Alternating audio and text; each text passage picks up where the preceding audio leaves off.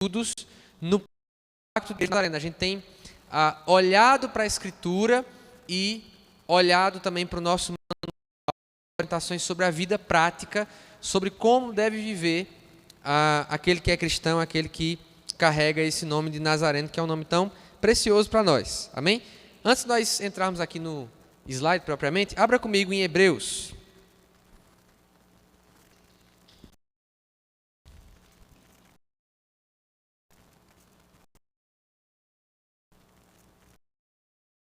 Hebreus capítulo 13.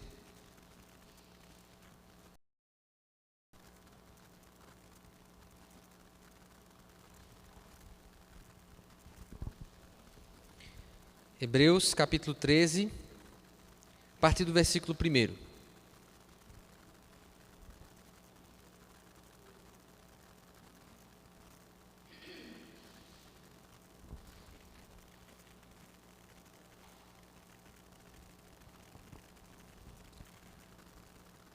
Hebreus 13, a partir do versículo 1. Amém? Falamos 4 das 7 coisas que todo cristão nazareno deve colocar em prática na sua vida. Hoje nós entraremos em alguns assuntos que são muito importantes. A gente vai passar aqui no slide. E aí a gente tem respondido a essa pergunta: como vive um nazareno? Qual é a forma de viver de um nazareno à luz da Escritura? Sempre lembre disso. Aquelas orientações que a gente traz, como a gente está trazendo aqui, literalmente o manual, não são coisas do manual. A diferença de nazarenos para algumas outras denominações é que os nazarenos colocam as orientações da palavra de Deus para todo cristão no seu manual. Então a gente está pegando essas palavras e mostrando como elas evidenciam os valores da palavra de Deus. Ou seja, na verdade, aquilo que a gente tem falado aqui sobre como vive um nazareno deveria ser a vida de qualquer cristão. Só que a série Como Vive o Nazareno é porque a Igreja de Nazareno deixou isso registrado, deixou isso muito claro no seu manual, que ela espera uma vida prática cristã que expresse esses valores aqui, ok? Hebreus capítulo 13, a partir do versículo 1. Seja constante o amor fraternal. Não se esqueçam da hospitalidade. Foi praticando-a que, sem o saber, alguns acolheram anjos. Lembrem-se dos que estão na prisão, como se aprisionados com eles. Dos que estão sendo maltratados, como se vocês mesmos estivessem sendo maltratados. O casamento deve ser honrado por todos, o leito conjugal conservado puro, pois Deus julgará os imorais e os adúlteros. Conservem-se livres do amor ao dinheiro e contentem-se com o que vocês têm, porque Deus mesmo disse: nunca o deixarei, nunca o abandonarei. Podemos, pois, dizer com confiança: não temerei o que me pode fazer os homens. Lembrem-se dos seus líderes que lhes falaram a palavra de Deus. Observem bem o resultado da vida que tiveram e imitem a sua fé. Jesus Cristo é o mesmo ontem, hoje e para sempre. Vamos ler esse versículo 8 juntos? Jesus Cristo é o mesmo ontem, hoje e para sempre. Olha que coisa interessante. Você com certeza já ouviu esse versículo 8 sendo dito em cultos de oração como esse, dizendo que Deus pode fazer, que Jesus opera ainda hoje, que Deus é capaz de fazer milagres. E aí a gente diz: Jesus Cristo é o mesmo ontem, hoje e para sempre. Ou então a gente diz assim: Jesus é amoroso, Jesus é misericordioso, porque Jesus Cristo é o mesmo ontem, hoje e para sempre. Veja que coisa maravilhosa, meus irmãos. O versículo Jesus Cristo é o mesmo ontem, hoje e para sempre, ele está junto de um texto que fala sobre a conduta do cristão. Sabe o que significa? Significa, sim, de fato, que Jesus pode operar, porque ele é o mesmo ontem, hoje e para sempre, que ele é amoroso, misericordioso, porque ele é o mesmo, ele não mudou. Mas o que esse texto está dizendo ao colocar essa frase, Jesus é o mesmo ontem, hoje e para sempre, ele está dizendo que nos dias em que Jesus não viveu corporalmente, ele manifesta seu caráter através de nós. Significa que a nossa forma de viver manifesta de verdade que Jesus é o mesmo ontem, hoje e para sempre. Só uma geração teve a oportunidade de conhecer Jesus pessoalmente, que foi a geração dos apóstolos, a geração daqueles que viveram na época de Jesus. Todas as outras conhecem Jesus a partir do exemplo dos seus seguidores. Sabem que Jesus é o mesmo a partir do pastor Davi, da Jaque, da Maíra, da Jeane, da Camila, de todos nós.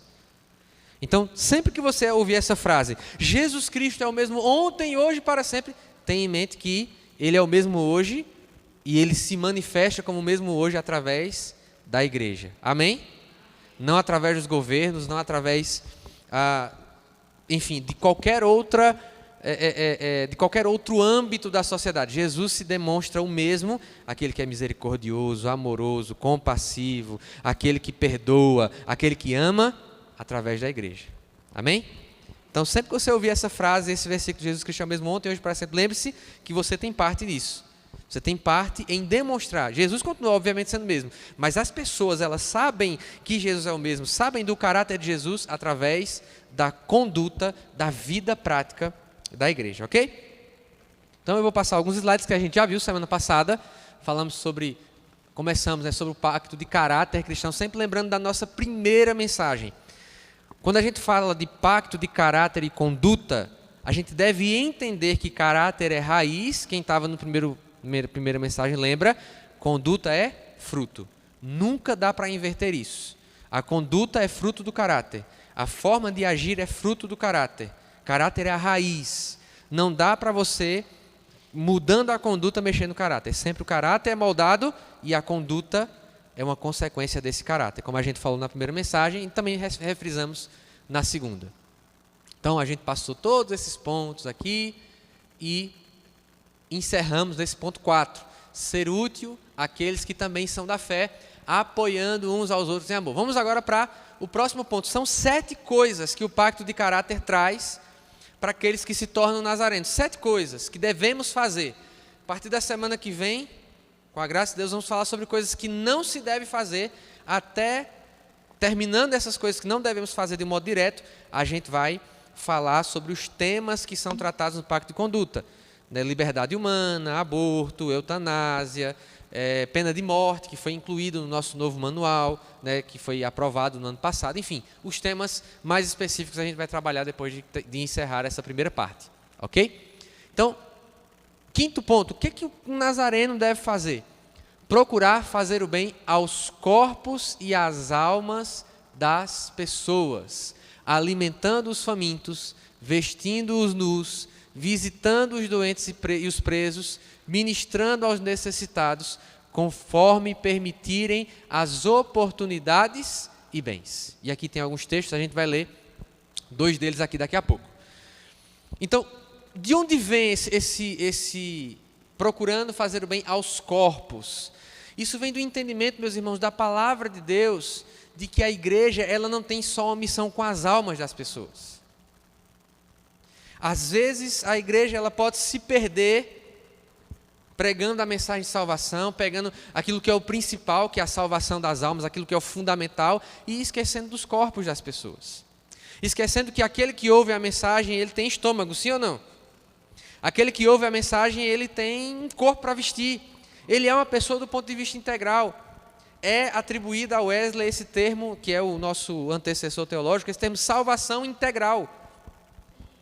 Por quê? Porque Wesley e os metodistas, e nós somos parte do movimento metodista, embora não carregamos o nome metodista, o povo metodista, ele entendeu no contexto que estava vivendo aquilo que a maior parte da igreja não conseguia perceber, que você, a igreja e o povo de Deus é chamado a fazer o bem, a proclamar Jesus Cristo ao homem completo.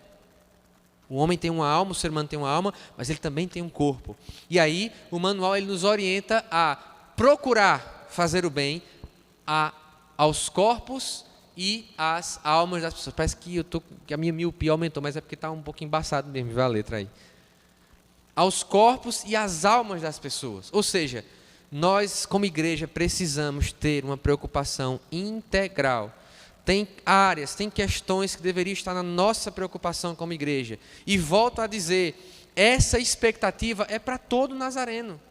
Todo nazareno deve estar preocupado com isso. Alimentar os famintos, vestir os nus, visitando os doentes e os presos, ministrando aos necessitados. Ou seja, Isso é uma preocupação de todos os nazarenos. Todos nós devemos estar preocupados com os que estão encarcerados, com os que estão nos hospitais. Isso mostra para nós, meus irmãos, como é desafiador viver a realidade da palavra do Senhor. O texto está aqui, que nós lemos. Nem está mencionado aqui, eu acredito. Não está, 1 Coríntios, Hebreus capítulo 13. Nós lemos aqui Hebreus capítulo 13. Se identifiquem com aqueles que sofrem como se sofressem, com os que estão doentes como se doentes estivessem. Ou seja, o cristão, ele é chamado, e o cristão nazareno, obviamente, ele é chamado ao desafio radical de não apenas dizer coitado, quando você sabe da necessidade de alguém, quando você ouve a respeito da necessidade de alguém. Dizer coitado é algo que qualquer pessoa pode fazer. O desafio da palavra de Deus é ser como essa pessoa, se colocar no lugar dessa pessoa. Os metodistas e os pregadores metodistas, os ministros metodistas, eles eram conhecidos como os ministros dos favelados. Era esse o nome que os metodistas recebiam. Por quê? Porque eles sabiam que havia uma parcela significativa da população que não tinha acesso ao básico. Agora eu pergunto, isso é só no tempo do início do metodismo ou hoje ainda acontece isso? Você conhece pessoas ou sabe de pessoas que passam por necessidade? Nós podemos ser agentes para mudar essa realidade. E nós podemos fazer isso de um modo individual nas nossas ações do dia a dia, na nossa prática de boas obras. Deixa eu dizer uma coisa para você, biblicamente falando, só o cristão pratica boas obras. E pastor, porque a Bíblia diz em Efésios que as boas obras elas foram preparadas de antemão por Deus para que andássemos nelas. Ou seja, as boas obras é um estilo de vida, Paulo está dizendo, que foi preparado por Deus para nós. Então, a partir desse texto, boas obras só pratica quem pertence a Jesus. Só quem é salvo em Jesus Cristo pode praticar boas obras no sentido bíblico, no sentido de agradar o coração de Deus. Ou seja, esse estilo de vida aqui, ele foi preparado por Deus para que a gente pudesse vivê-lo. E assim evidenciar a fé. Os primeiros pontos que a gente trabalhou semana passada, eles falam sobre evidenciar a nossa salvação, sobre tornar evidente a nossa salvação. Não temos uma salvação fantasmagórica, é só um espectro, é um corpo sem forma. Nós damos corpo à nossa salvação, nós damos vida à nossa salvação quando nós vivemos essa realidade aqui. E volto a dizer, isso é um chamado para todo mundo, é um chamado para todo cristão, para todo nazareno. A gente deve fugir, eu falei isso semana passada, dessa ministerialização. Não falei desse jeito, falei de outro jeito. Dessa ministerialização da vida cristã. Perceba, há coisas que os nazarenos entendem que foram dadas especialmente aos ministros. Aqueles que foram separados por Deus para o ministério pastoral, o ministério diaconal, todos os ministérios bíblicos, que envolve, na verdade, a administração dos sacramentos, a visitação, o aconselhamento, a pregação da palavra. Mas lembre-se daquilo que a gente falou semana passada. Há uma doutrina que é muito importante para nós, que se chama doutrina do sacerdócio universal de todos os crentes. Que significa, em primeiro lugar, que todos nós temos acesso a Deus através de Cristo Jesus. O sacrifício de Cristo nos fez Deus acessível a qualquer pessoa que nele crê.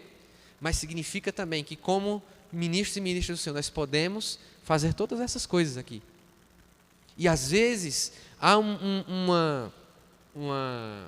e eu sei que não é a realidade daqui, nós temos aprendido a ser igreja de todas as formas e em todos os sentidos, mas às vezes, queridos, há uma vida cristã de espectador. Entenda, igreja não é um lugar em que eu vou, um espaço físico que eu vou observar o que está acontecendo. Igreja é algo para ser. Igreja é uma identidade para assumir. Não é chegar e ver as coisas acontecendo como se fosse um teatro. Eu fui assistir uma peça de teatro esses dias, um espetáculo de dança, teatro, maravilhoso. E algumas pessoas, elas vivem a igreja assim, resumido aquele culto. Não, nós somos igreja 24 horas por dia. Ainda que não estejamos aqui adorando, ainda que não estejamos aqui reunidos como igreja, nós, na nossa prática de fé, nós somos igreja. E como eu dizia, há duas formas de vivenciar isso aqui. Na minha postura individual como cristão, eu posso assumir um compromisso de viver isso aqui na prática. Viver a palavra de Deus na prática. Vamos ler os textos aqui daqui a pouco. E segundo, de modo organizado e coletivo. De modo organizado e coletivo, a igreja impulsionar-se, a igreja direcionar-se de modo organizado e coletivo para atender essas necessidades. Meu sonho é que nós tenhamos um ministério de compaixão vivo, atuante na nossa igreja. Que possa se preocupar com aqueles que estão encarcerados, que possa se preocupar com aqueles que estão famintos, com aqueles que estão... Aquilo que a gente tem feito ainda é muito embrionário como igreja. Eu sei que você faz na sua vida individual, mas eu digo agora, trazendo para essa dimensão do coletivo, aquilo que nós fazemos, irmãos, pode ser muito superior ao que temos feito. Como agora, não tínhamos primícia e eu peguei e saí catando absolutamente tudo que tinha para dar para o rapaz que passou aqui agora há pouco. Podemos fazer muito mais. Ah, pastor, está tão caro as coisas, eu sei, eu faço feira. Eu não faço a feira com a paciência da minha esposa, que vai em todos os corredores, mas eu ajudo ela na feira, eu vou também. Eu sou o time da lista, que sai catando tudo que tem na lista, mas ela quer ver. Bênção de Deus, Deus une pessoas diferentes para os seus propósitos. Glória a Deus. Eu sei que está caro. Agora, se está caro para você, que graças a Deus tem todas as necessidades supridas, imagine para quem não tem. Ah, mas o governo dá auxílio. Queridos, queridos, queridos. A igreja não pode esperar que o governo faça, porque não tem nenhum mandamento para o governo. Tem pouquíssimas coisas na Bíblia sobre governo, mas tem muitas coisas sobre a ação da igreja. Amém? Vamos abrir 2 textos aqui para a gente pensar sobre isso. Quero que você abra esse texto de Tiago, capítulo 2, versículo 15 e 16 primeiro. Vamos abrir lá?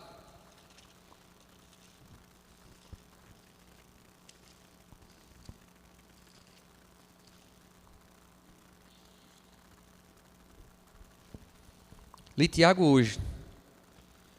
Coisa maravilhosa.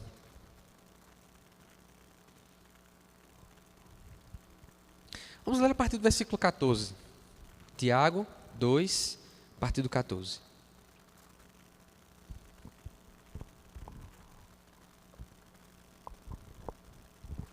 De que adianta, meus irmãos, alguém dizer que tem fé se não tem obras?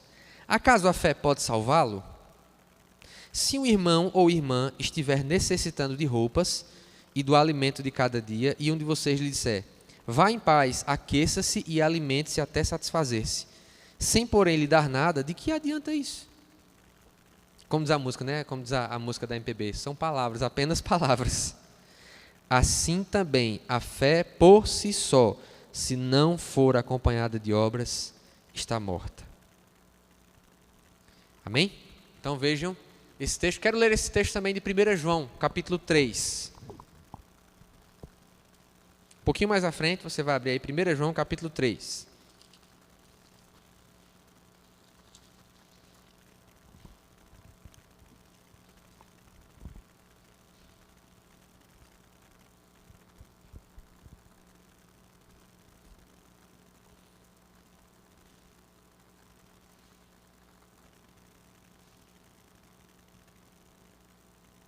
Vamos ler a partir do versículo 16. 1 João 3, 16.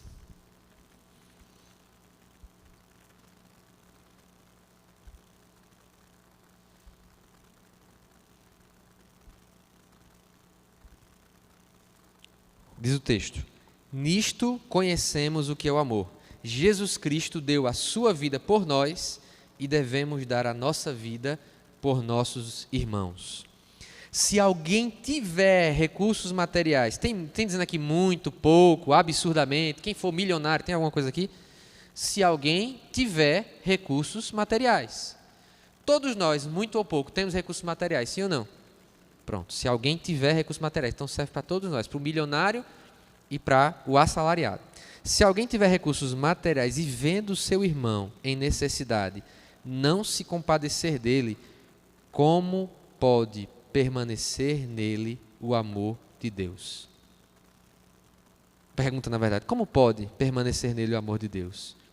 Filhinhos, não amemos de palavra nem de boca, mas em ação e em verdade. Olha que coisa séria ele diz em seguida. Assim como, vivendo assim, desse jeitinho que ele acabou de dizer. Saberemos que somos da verdade e tranquilizaremos o nosso coração diante dele. Ou seja, quando a gente vive esse amor na prática, o nosso coração tem paz diante de Deus. Coisa maravilhosa. Então vamos passar aqui. Deu para entender esse quinto ponto. Todo nazareno, então, deve viver assim. Você deve fazer uma reflexão. Dos meus recursos, eu tenho vivido isso na prática, eu tenho feito isso na prática, eu tenho colocado os meus recursos para servir a Deus. Tem um sermão que eu tenho muita vontade de fazer um estudo sobre ele aqui na igreja, de um modo mais detalhado. Tem um sermão de Wesley, chama O Uso do Dinheiro. E ele estabelece 3 regras nesse sermão do uso do dinheiro. Primeira regra, ganhe o máximo que você puder. Bom, né? Ganhe o máximo que você puder. Foi legítimo, não prejudicou ninguém, ele diz lá no sermão. Não causou mal a ninguém, ganhe o máximo que você puder. Segunda regra, viva com o mínimo que você puder. O que é viva com o mínimo que você puder? Provenha tudo que é necessário para você, para os da sua casa, o conforto necessário para a alimentação, vestuário, locomoção, educação. Show de bola? Terceira regra, doe o máximo que você puder. É bom, né? Essa regra. Ele resume nesse sermão os princípios bíblicos a respeito do uso do dinheiro. Ganhe o máximo que você puder. Quando você não está trabalhando, você está afiando o machado para trabalhar melhor. Amém? O crente, ele tem que ser trabalhador. 1ª e 2ª Tessalonicenses, ele traz advertências para o ócio. Se você está trabalhando, glória a Deus. Se você não está trabalhando, né, e tem um tempinho de sobra, aprenda a forma de trabalhar melhor, de aperfeiçoar o seu trabalho, de tornar... Amém? Para você ganhar, ganhe. Cristão não tem que ter medo de ter... Eita. Cristão não tem que ter medo de ter dinheiro, não. Cristão tem que ter medo de amar o dinheiro. Dinheiro é um ótimo servo e um péssimo senhor. Ele deve ser servo nas nossas mãos. Amém? As 3 regrinhas aí para você aprender. Ganhe o máximo que puder, viva com o mínimo que puder, doe o máximo que puder. Vamos passar aqui, olha aí. Contribuir com dízimos e ofertas para o sustento do ministério, da igreja e da sua obra. E aí ele traz alguns textos aqui.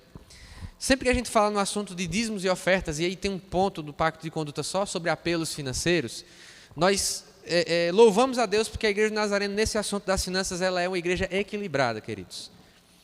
A Igreja do Nazareno, ela entende a biblicidade, ou seja, a prática do dízimo como uma prática atual. Agora, tem um textinho aqui, está vendo um textinho aqui de Malaquias? 3:10, aquele texto que fala sobre o gafanhoto e tudo mais. É sempre importante a gente lembrar que a prática do dízimo é uma coisa no Antigo Testamento e outra coisa no Novo Testamento. A prática do dízimo no Antigo Testamento, primeiro que não era dízimo como o pessoal fala por aí nas igrejas, 10%. Os israelitas, eles davam muito mais do que 10%. Eles davam quase 40% quando juntava todos os tipos de oferta que existia na época de Moisés. Então, você querer pegar o dízimo e querer aplicar exatamente como era no Antigo Testamento hoje, você vai incorrer em alguns erros. Então, nós entendemos o dízimo como um princípio, um ponto de partida da contribuição cristã. O que é isso, pastor? Significa que o dízimo, os 10%, ele atende a 3 requisitos da contribuição cristã. Quais são os 3 requisitos? Você pode anotar isso aí se você quiser no seu celular. Ele atende ao quesito da sacrificialidade, não sei nem se existe essa palavra. Ou seja, a contribuição cristã deve ser de algo que é importante para mim, de um valor, de uma quantidade de recurso que é importante no meu orçamento.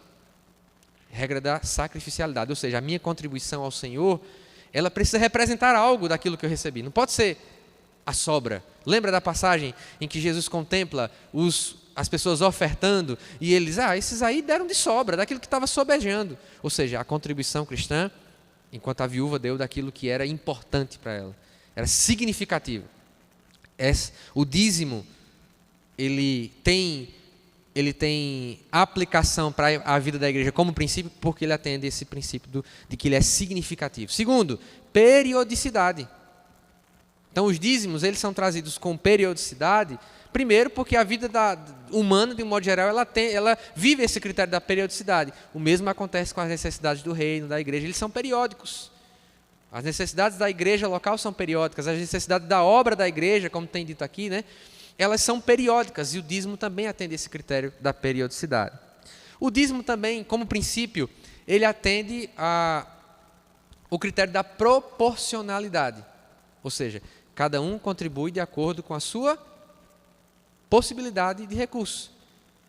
E o dízimo, ele casa com essa ideia de proporcionalidade. 10% é 10% para todo mundo. A 10ª parte é a 10ª parte para todo mundo. Mas, quando eu digo que o dízimo, no Novo Testamento, ele deve ser entendido mais como princípio do que como parte da aliança, como era no Antigo Testamento, é que o Novo Testamento, ele, meus irmãos, ele vai para um paradigma muito maior. As igrejas, tem gente por aí discutindo, dizendo que dízimo não é bíblico, que o Novo Testamento não fala de dízimo. Se a gente for partir para essa discussão, meus queridos, a gente está perdido, porque o padrão de Atos Apóstolos era todo mundo vendendo tudo. Então, peça misericórdia a Deus para viver o princípio, o básico. Aí depois você vem dizer que não tem dízimo no Novo Testamento, e vai brigar com as pessoas, alguns, de algumas denominações e algumas correntes, vem brigar, não tem dízimo no Novo Testamento. Certo, não tem dízimo no Novo Testamento. O que tem é todo mundo entregando tudo. Você está disposto? Você que está brigando para não ter dízimo, você está disposto a viver o padrão do Novo Testamento? Se não, peça a misericórdia de Deus para viver pelo menos o princípio. Amém? Então, na igreja do Nazareno, nós entendemos que os dízimos e ofertas, eles são para sustento do ministério. O que é o ministério? São todos aqueles que se dedicam a pregar a palavra de Deus, a ensinar a palavra de Deus, a propagar a palavra de Deus. Que na igreja do Nazareno são várias, as atribuições ministeriais. Para também o sustento da igreja no sentido de que a igreja ela tem prédios, ela tem formatos administrativos, ela tem que ser legalizada, né? A igreja ela é um organismo, mas para que ela possa existir na sociedade de modo legal, de modo a atender os critérios das autoridades, ela precisa de recurso. Tudo que você vê aqui precisa de recurso. Né? Anualmente a gente faz vários processos que envolvem a legalidade da igreja, e tudo isso precisa de recurso, mas também e sobretudo para a obra da igreja, que envolve aquilo que a gente falou no começo aqui. Então a obra da igreja, ela precisa que aqueles que são cristãos e entendem esse princípio contribuam com dízimos e ofertas, ok? Eu quero ler com você só uma passagem pelo nosso tempo aqui, 2 Coríntios capítulo 9.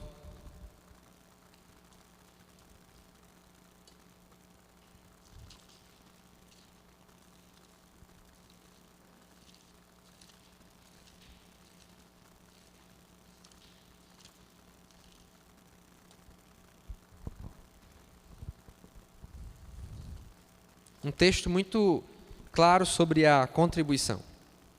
Vamos ler a partir do versículo 6.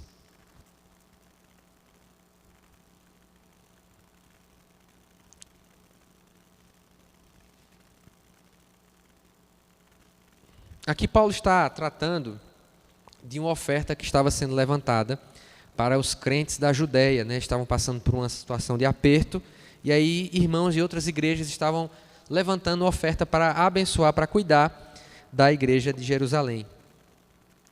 Versículo 6. Lembrem-se, aquele que semeia pouco, também colherá pouco, e aquele que semeia com fartura, também colherá fartamente. Cada um dê conforme determinou em seu coração, não com pesar ou por obrigação, pois Deus ama quem dá com alegria. Perceba que coisa. Ele fala sobre semear, sobre colher, aquele que semeia pouco, colhe pouco, aquele que semeia muito, colhe muito. E logo em seguida fala que essa decisão da contribuição ela é pessoal. Aqui na igreja do Nazareno ninguém fiscaliza se você fica dando dízimo ou não. Nem eu, nem o irmão da junta, ninguém faz isso. A gente faz uma coisa aqui que nem outras igrejas nazarenas elas até se dão ao direito, né, de colocar ali o envelope, dentro do envelopezinho. A gente já teve, inclusive, no passado, o controle para você colocar, marcar se foi dízimo, oferta. Nem isso a gente faz, a gente só diferencia pelo envelope, porque a gente precisa diferenciar no relatório o que é dízimo e oferta. O pastor não faz ideia de quem dizima e de quem não dizima. O tesoureiro não faz ideia. Nós fazemos as coletas sem nomenclatura lá, mas orientamos que a gente possa viver esse princípio. Inclusive, muitas vezes, é uma coisa que nós temos que corrigir nos nossos cultos, Muitas vezes a gente tem tido pouca oportunidade de ensinar a igreja nos cultos de domingo sobre esse assunto, porque na correria para o culto terminar dentro do horário, os irmãos com fome, né? A gente vê às vezes a carinha de fome dos irmãos chegando assim. Aí a gente quer terminar dentro do horário e acaba não tendo a oportunidade de ensinar a importância da contribuição. Então perceba, ao mesmo tempo que o apóstolo Paulo fala sobre semear com generosidade nessa área da contribuição, eu não consigo tirar esse versículo daqui. Paulo não está estabelecendo barganha. Deus não barganha com ninguém, mas Deus é justo. Quando Paulo fala aquele que semeia muito, colhe muito, e aquele que semeia pouco, colhe pouco, ele está estabelecendo a verdade de que Deus é justo. E esse texto, esse versículo, está junto do texto que fala sobre contribuição. E, meus irmãos, louvado seja o Senhor. A igreja do Nazareno ela tem sido uma igreja generosa. A igreja do Nazareno tem apoiado o missionário Edivaldo, a igreja do Nazareno tem apoiado missões diversas que têm surgido. Eu tenho procurado, junto com o irmão Júlio, sempre estar antenado à necessidade missionária para que a igreja do Nazareno possa apoiar. A gente coletou ano passado uma oferta generosa, e esse ano também para o DIP, o domingo da igreja perseguida. E, meus irmãos, a igreja do Nazareno tem desfrutado dessa generosidade. Graças a Deus, nenhuma conta se paga com atraso, o salário pastoral se paga, tudo dentro daquilo que é previsto. A gente tem experimentado mudanças na estrutura do templo, a gente tem conseguido suprir todas as necessidades, abençoar pessoas. A gente tomou uma decisão na última reunião da junta, que envolve separar uma parte do caixa do mês, ainda não tanto quanto a gente gostaria, mas para atender necessidades básicas, de coisas, demandas que vão surgindo entre a membresia da igreja, comprar um remédio, comprar uma cesta básica, para além daquilo que tem sido dado, né, no culto das primícias. Ou seja, a gente tem conseguido fazer isso tudo sem prejudicar o caixa, sem ficar no vermelho, porque graças a Deus a igreja do Nazareno tem vivido esse princípio da generosidade. E eu desafio você a você também viver isso. Seja generoso. Dê um toque aí na pessoa que está do seu lado e diga: irmão, irmã, seja generoso. Abra a mão dele assim, abre essa mão, em nome de, abrace a mão dele, em nome de Jesus, abre essa mão abençoada. E eu não estou falando, olha, eu não estou falando só de contribuir aqui no momento de uma oferta. Queridos, eu fico antenado. Esses dias eu estava vendo, do nada apareceu no meu stories uma missionária pedindo ajuda para uma viagem missionária. Irmãos, essa missionária não é da minha igreja. Eu fui lá, pesquisei, vi qual era a igreja de uma pessoa conhecida, pastor conhecido, trabalho sério. Eu fui lá e ofertei. Esteja atento, se Deus te direcionar, se você viu, você tem condições, oferte, seja bênção, faça o reino avançar. Meus irmãos, os dados são dos Estados Unidos, mas eu não sei se a gente está muito melhor do que isso não. O americano médio, o cristão americano médio, ele doa por ano para missões, menos de $1 por ano. Meus irmãos, o que é isso? Ah, pastor, a estatística é dos Estados Unidos, você acha que a gente está muito melhor? Acho que não, suspeito que não. Menos de $1 por ano. Nós precisamos de ser generosos em nome de Jesus. Se com essa situação as missões têm acontecido, os missionários têm sido enviados, imagine se a gente melhorar. Amém? Semeie com generosidade. Sétimo, esse aqui é poderoso, por isso que ele é grandão assim, está cheio de negrito. Essas coisas de negrito sou eu tudo que destaco para você prestar atenção. E eu vou mandar lá no grupo da igreja, que eu disse que ia mandar semana passada, não mandei. Participar fielmente de todas as ordenanças de Deus e dos meios da graça. Todas as ordenanças de Deus, ou seja, tudo aquilo que Deus espera do crente, tudo aquilo que Deus na sua palavra registra a respeito da vida do cristão, da vida comunitária, da vida individual, da devoção e dos meios de graça. Queridos, uma das coisas que a igreja ela tem perdido assim, assustadoramente, extraordinariamente nos nossos dias, é o entendimento de meios da graça. Há meios da graça particulares e meios da graça coletivos. Mas antes de falar sobre eles, eu preciso dizer para você o que significa meio da graça. Sim? Meio é via, caminho. Ou seja, quando falamos sobre cada uma dessas coisas, não estamos falando sobre opções. Estamos falando sobre caminhos para alcançar, para receber e para crescer na graça do Senhor. E hoje, todas essas coisas, elas são tratadas pelo cristão mediano como opções. Elas são caminhos. Se você for, sei lá, para o Lacerdão, você colocar no mapa, o mapa pode lhe dar 3, 4, 5, 10 opções, sim ou não? Pense nessas coisas como essas opções, como esses caminhos. A diferença do mapa do Google Maps, né, do Waze, o Waze é uma maravilha, ele fala que é uma benção quando você está usando o Waze, ele fala, tudo ele fala, se é uma lombada ele fala, tudo ele fala, cale-se. A diferença desses meios, desses caminhos da graça, é que diferente do Maps, que você escolhe um de vários, para nós que caminhamos na graça de Deus, todos esses meios, todas essas vias, elas são vividas juntas. As vias particulares, oração individual, leitura da palavra individual, jejum, meditação na palavra e tantos outros meios da graça, mas esses são os principais. Como os meios públicos. Aí ele menciona alguns aqui, ó.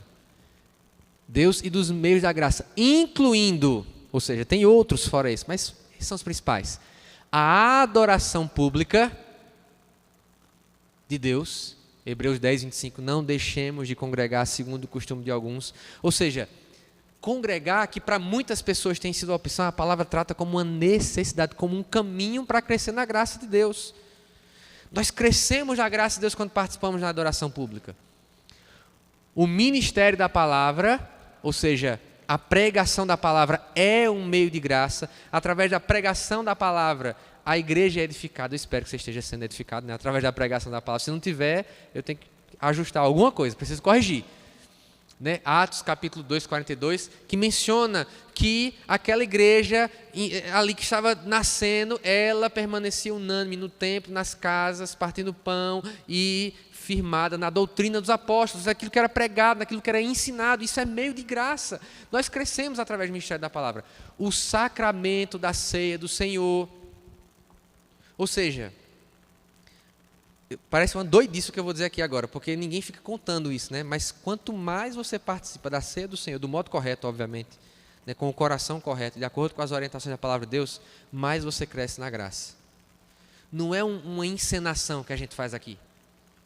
Algo espiritual, e é por isso que nós chamamos, a Igreja do Nazareno, ela é sacramentalista, ela chama a ceia do Senhor e o batismo de sacramentos. Por quê? Porque algo mais acontece do que uma encenação aqui, quando a gente está participando da ceia. Não é só um pedacinho de pão bonitinho, tiquinho de suco, não. Nós cremos, meus irmãos, através da palavra de Deus, que deixa muito claro, através de 2 textos, um pelo caminho, um de forma negativa, um de forma positiva. Qual o texto de forma positiva? João, Evangelho de João. Jesus disse: se vocês não comerem da minha carne, não beberem do meu sangue, não terão vida em vocês mesmos. E a via negativa. Paulo diz em 1 Coríntios capítulo 11, que muitos estavam participando da ceia do modo errado e estavam fracos e doentes. Se a ceia fosse só um pãozinho, só um suquinho, essas coisas não aconteceriam. É um meio da graça de Deus. Deixa eu confessar uma coisa para você. Por mim, tinha ceia todo domingo. Como nas tradições sacramentalistas acontecem. Todo domingo tinha ceia. E aí, pastor, mas não dá trabalho? Dá trabalho. Mas, meus irmãos, é meio da graça de Deus. O nosso manual diz, nesse assunto da ceia, que tem que ter pelo menos uma vez a cada 3 meses. Isso é o mínimo do mínimo que tem que ter. Uma ceia a cada 3 meses. Tem igrejas, especialmente na Europa, nos Estados Unidos, que tem uma ceia no ano. Eu ficava desesperado com um negócio desse. Uma ceia no ano. Tem noção, uma ceia no ano, tinha que ser uma taça, um balde de suco, um pão Recife para cada um. Eu só aturo uma ceia desse jeito. Um pão Recife e um tantão de suco de uva. Brincadeira, viu? Com os irmãos. Lá na Europa, os Estados Unidos, as coisas são diferentes demais, né? Então, manual, de acordo com o manual, o mínimo que tem que ter a cada 3 meses é essa administração dos sacramentos. Os sacramentos também aqui envolve o batismo, tá bem? Então, o sacramento da ceia do Senhor, examinar a Escritura e meditar nelas, isso é um meio da graça particular, ou seja, você cresce na graça quando você lê a Bíblia, medita nela, ok? E devoções familiares e pessoais. Devoções familiares é o quê? Culto doméstico. culto na sua casinha, né, com a sua família, junta todo mundo. Eita, pastor, é porque a gente não consegue um dia. Será? Pergunta para a pessoa que está falando, será? Então, o que é que eu recomendo? Pastor, não tenho a prática do culto doméstico na minha casa. Uma vez por semana. Uma vez por semana. Um dia. Não marca nada, não tem nada, faz nada. Dou até o bizu para você. Domingo à noite não tem programação na igreja. Olha que maravilha. Separa alguns minutos do domingo à noite para você fazer o seu devócio familiar. Ok? O seu devocional. Eu quero ler esse texto de Deuteronômio capítulo 6 com você.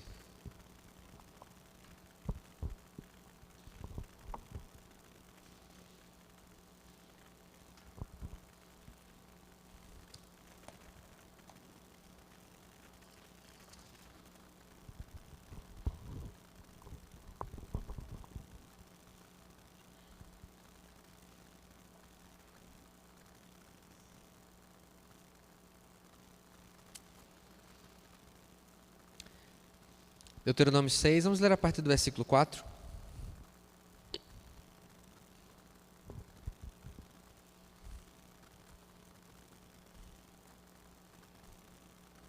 Ouça, ó Israel, o Senhor, o nosso Deus, é o único Senhor. Ame o Senhor, o seu Deus, de todo o coração, de toda a sua alma e de todas as suas forças. Que todas essas palavras que hoje lhes ordeno estejam em seu coração. Aí vem a devocional familiar. Ensine-as com persistência a seus filhos.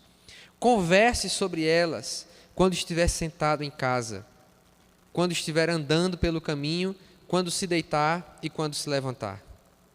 Amarre-as como um sinal nos braços e prenda-as na testa. Escreva-as nos batentes das portas de sua casa e em seus portões. Muitos levaram essa última parte na literalidade no povo de Israel. Amarraram mesmo. O texto, na verdade, está querendo dizer, ele começa dizendo que todas essas palavras estejam em teu coração. Quando eles amarrem na testa, é tipo, pense nelas. Quando eles amarrem nos seus braços, haja de acordo com essas palavras. Ensine-as com persistência na sua casa. Eu estou em dívida com a minha esposa. Ela não está nem olhando. Eu estou devendo a ela de explicar uma coisa de 1 Coríntios, quando a gente chegar em casa, que eu não expliquei, eu não esqueci. Que ela perguntou. Ela está lendo 1 Coríntios, às vezes quando ela pergunta, ô dedinho, isso aqui, eu disse, como é? Estou devendo de conversarmos sobre isso quando chegar em casa hoje. Queridos, eu fico tão feliz quando eu vejo uma criança recitando a palavra de Deus. Esses dias o Tiago, algum tempo atrás, na verdade, Tiago, que é um brother nazareno lá de Natal, da NASA Norte, que ele ouve as mensagens dos estudos, ele está ouvindo isso aqui, ele mandou um áudio da Catarina. Catarina, acho que ela não tem 2 anos. Recitando, acredito que era o Salmo 23. Meus irmãos, que coisa linda. Que coisa linda. É um áudio que, se pudesse emoldurar áudio, você emoldurava. Nós devemos ensinar as nossas crianças com persistência a palavra de Deus. Fale delas quando estiver pelo caminho. Se nós, como pais, já estou profetizando para mim, nós colocarmos esse princípio na nossa cabeça, nós encontraremos vínculos com a palavra de Deus no dia a dia. Não precisa ser sempre o culto doméstico. O culto doméstico. Não. Você está falando das coisas do dia a dia, você inclui Deus, você fala do Senhor, você mostra Cristo, você aponta para Jesus. Para que não aconteça com as nossas crianças aquilo que a gente ouve por aí, né? Ah, fulano nasceu num berço evangélico. Eu brinco, né, que eu nunca vi esse berço evangélico até hoje, né? Conheço berço de madeira, berço normal. Agora, berço evangélico.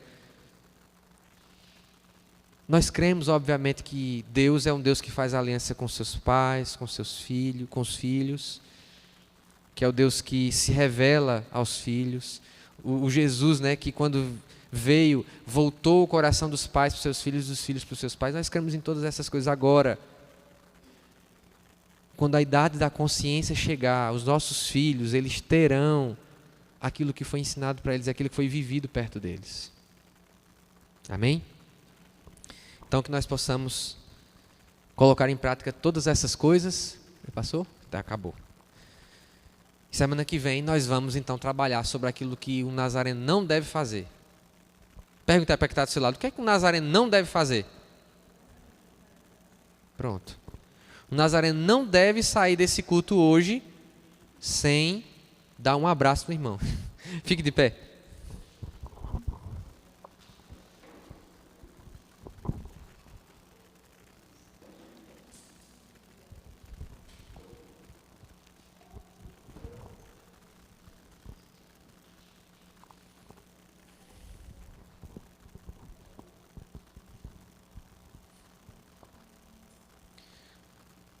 Você deve estar pensando agora, pastor, que difícil tudo isso aí que você falou. Querido, difícil era um caba ruim que nem eu estar com Jesus. E ele conseguiu.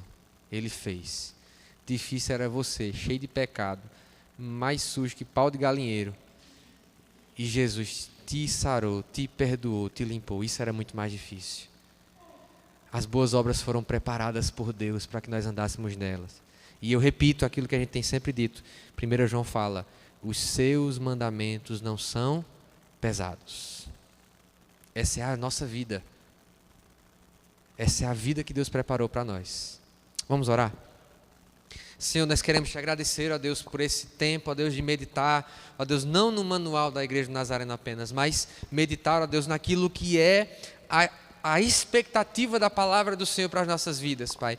Deus, nos ajuda a sermos cristãos completos, cristãos no sentido mais puro da palavra, imitadores de Cristo, Pai. Em nome do Senhor Jesus, ó Deus, que com tudo que nós aprendemos aqui hoje, nós possamos nos preocupar com os corpos e com as almas das pessoas, com a salvação da alma, com o perdão dos pecados, com a eternidade, mas também com aqui e agora, ó Deus, com questões importantes da nossa sociedade, ó Deus, com as necessidades das pessoas, ó Pai, em nome do Senhor Jesus, nos dá um coração que se compadece, ó Deus, que possamos ser fiéis no uso dos nossos recursos, ó Deus, e que possamos, ó Deus, também viver, ó Deus, toda a nossa vida devocional, toda a nossa vida, ó Deus, a partir dos meios da graça que estão disponíveis para nós, ó Pai.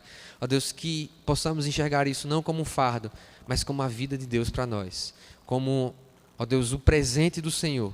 Ó Deus, porque quando vivemos segundo a sua vontade, estamos apenas demonstrando que pertencemos a Deus.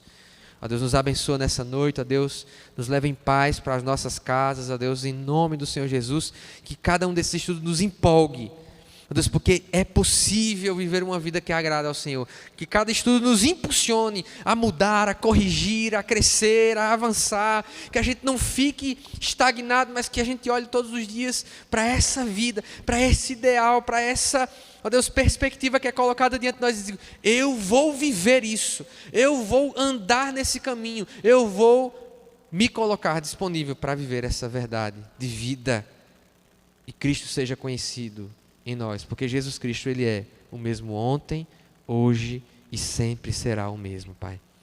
Deus, assim nós te pedimos em nome de Jesus, e que o Senhor te abençoe e te guarde, que o Senhor faça resplandecer a luz do seu rosto sobre ti e tenha misericórdia de ti. Que sobre você o Senhor erga o brilho de sua glória e te conceda a paz. Porque fiel é o que nos chama à santidade, o qual também o fará para a glória de Deus o Pai. E nós dizemos juntos? Porque dele, por ele e para ele são todas as coisas. Amém, queridos? Deus abençoe sua vida. Vai na paz de Jesus, não saia sem falar com todo mundo.